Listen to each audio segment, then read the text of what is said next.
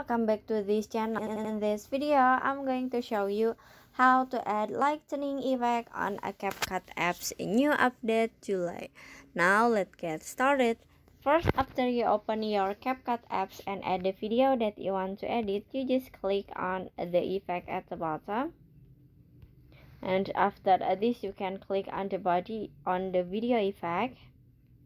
And then at the menu, you can click on the in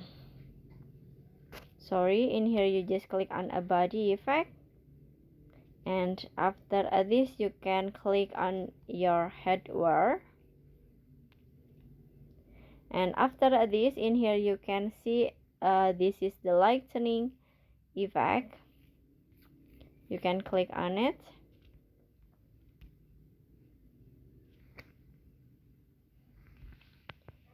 and now you can click a check icon at the top, this one. And now you can adjust the effect, so you can click on the adjust at the bottom. You can adjust the color, the speed, the intensity,